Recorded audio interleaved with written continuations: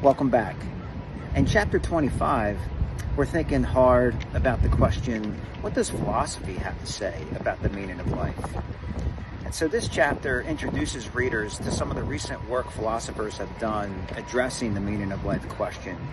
And I borrow heavily from the brilliant work done by Joshua Sechrist. And so Sechrist points out that the question, what's the meaning of life, is really difficult because it's unclear exactly what it's asking. Some philosophers think that there isn't a single question and see the meaning of life question as rather a placeholder to address all these other related questions, like who's well off, what values should I align my life with, how does one live a meaningful life. And so this is considered what Sechrist calls the amalgam approach. What sorts of values can I pursue to help one find meaning in life? The other approach that gets introduced is the single question approach.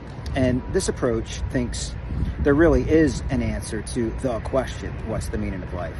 And here, again, borrowing from Sechrist, he thinks the question's asking for a meta-narrative. That is an overarching story that addresses existentially charged questions that can narrate over our lives, helping us interpret our experiences in light of the meta-narrative. And so all meta-narratives will have a beginning, a middle, and an end, just like all stories do. And so some of the existentially charged questions that track with the narrative are going to be questions of origins, questions of pain and suffering and injustices, questions about how the story ends and how life ends. And so the reader will come away better understanding what the question, what's the meaning of life, asking, and then different ways of thinking about framing the question and how to go about answering it.